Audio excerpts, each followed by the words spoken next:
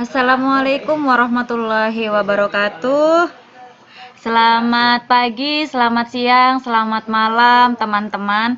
Nah, pada kesempatan hari ini kita akan belajar materi dari judulnya kira-kira ini materi apa ya? Pelajaran apa? Ya, betul, PKN. Kita belajar tentang pelanggaran hak asasi manusia dalam perspektif Pancasila. Nah, kita mulai dari apa itu hak asasi manusia? Kependekannya itu HAM. Yap, betul. Apa makna dari hak asasi manusia itu?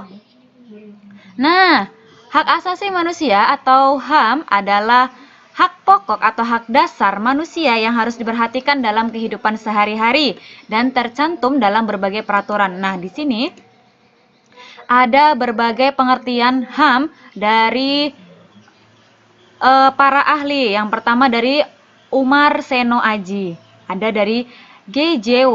Wolof, ada dari Undang-Undang RI nomor 39 tahun 1999 yang mengatakan bahwa seperangkat hak yang melekat pada hakikat dan keberadaan manusia sebagai makhluk Tuhan yang Maha Esa dan merupakan anugerahnya yang wajib dihormati, dijunjung tinggi dan dilindungi oleh negara hukum, pemerintah dan setiap orang demi kehormatan serta perlindungan harkat dan martabat manusia.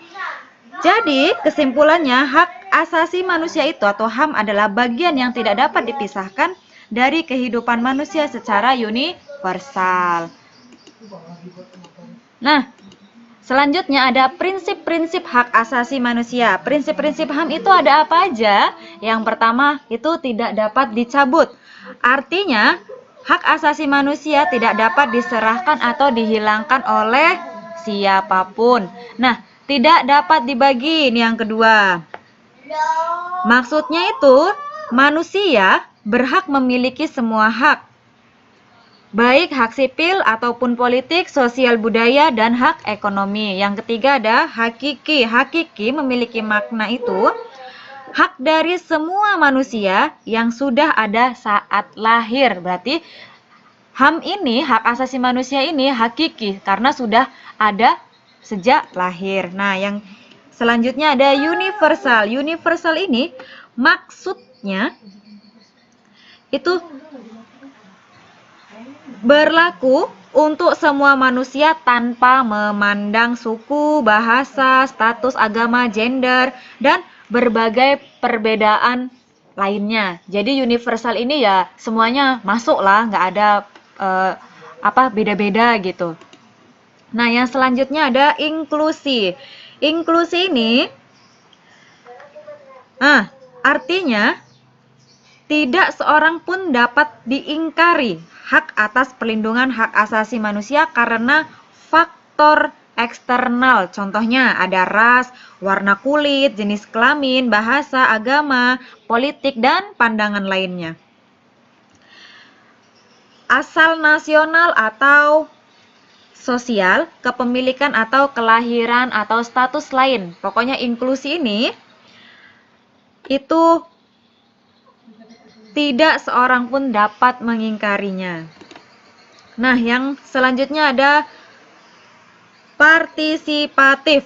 Partisipatif ini memiliki maksud yaitu setiap orang memiliki hak untuk turut serta dalam pemerintahan tanpa memandang atribut-atribut yang melekat padanya. Yang selanjutnya ada martabat. Martabat itu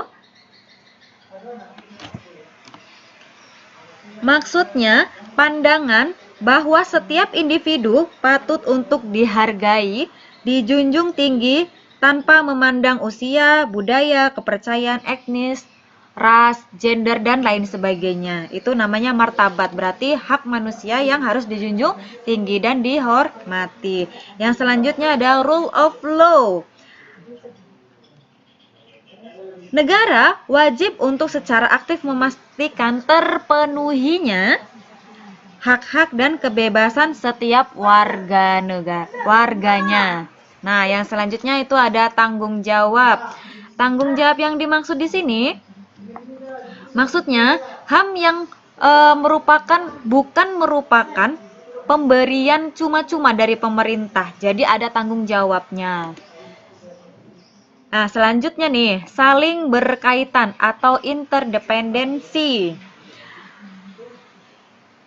HAM itu saling berkaitan karena hilangnya salah satu hak akan mengganggu hak yang lainnya. Jadi kalau seumpama hak martabatnya hilang, nih, kehormatannya hilang, berarti itu ininya akan rusak prinsip-prinsip dari HAM itu sendiri. Yang terakhir nih ada absolut atau mutlak. HAM atau hak asasi mutlak yang tidak boleh dibatasi sama sekali yaitu hak hidup. Jadi setiap manusia yang lahir itu mempunyai hak untuk hidup. Jadi kalau dibunuh itu berarti udah melanggar hak asasi manusia itu sendiri. Nah, oke, yang selanjutnya ada macam-macam hak asasi manusia. Macam-macam HAM itu ada apa aja? Yang pertama ada hak asasi pribadi atau personal right, yaitu kebebasan dalam memeluk agama, menyatakan pendapat, bergerak, aktif dalam mengikuti organisasi, dan lain sebagainya. Nah, yang kedua ada hak asasi ekonomi. Merupakan suatu hak yang memiliki manfaat untuk menjual, membeli, dan memanfaatkan sesuatu. Yang selanjutnya ada hak asasi politik. Nah, hak ini adalah suatu hak untuk ikut serta dalam pemerintahan. Jadi contohnya seumpama ada pemilihan presiden. Nah, kita memiliki hak untuk ikut pemilu contohnya, atau kamu boleh mendaftarkan diri sebagai pejabat atau lain sebagainya yang berhubungan dengan politik. Nah, yang selanjutnya ada hak asasi hukum. Hak asasi hukum ini suatu hak yang digunakan untuk mendapatkan perlakuan hukum dalam suatu negara. Yang selanjutnya ada hak asasi sosial dan budaya. Hak ini merupakan suatu hak yang memiliki kaitan dalam kehidupan masyarakat, dalam memilih suatu pendidikan, hak untuk mengembangkan berbagai kebudayaan, dan sebagainya. Jadi, setiap manusia itu mempunyai hak untuk mengembangkan diri. Contohnya, yang berkaitan dengan sosial dan budaya. Contohnya di suatu daerah memiliki budaya, ada tari khas daerah tersebut. Nah, itu dikembangkan. Selanjutnya yang terakhir itu ada hak asasi peradilan. Hak ini merupakan hak untuk mendapatkan perlakuan dengan cara perlindungan dan peradilan. Contohnya nih, penangkapan dan penggeledahan serta peraturan dalam melakukan suatu penahanan. Jadi semuanya itu udah diatur. Yang selanjutnya ada substansi hak dan kewajiban HAM dalam Pancasila. Nah, yang satu substansinya ini di sini tuh ada 3 ya, teman-teman. Yang pertama, kita membahas yang pertama dulu, hak dan kewajiban hak asasi manusia dalam nilai dasar. Pokoknya Pancasila ini mempunyai 3 nilai. Ada nilai dasar, nilai instrumental, ada nilai praksis. Nah, kita membahas tentang nilai dasar dulu. Apa sih itu? Nah, nilai dasar dalam nilai Pancasila itu merupakan nilai yang relatif tidak berubah. Terdapat di pembukaan Undang-Undang Dasar 1945. Miss yakin kalian pasti udah hafal lah pembukaan UUD itulah ya. Nah, ini yang terkandung ada 3 nilai kan. Oke, yang pertama, kalau nilai dasar yaitu ada di sila pertama.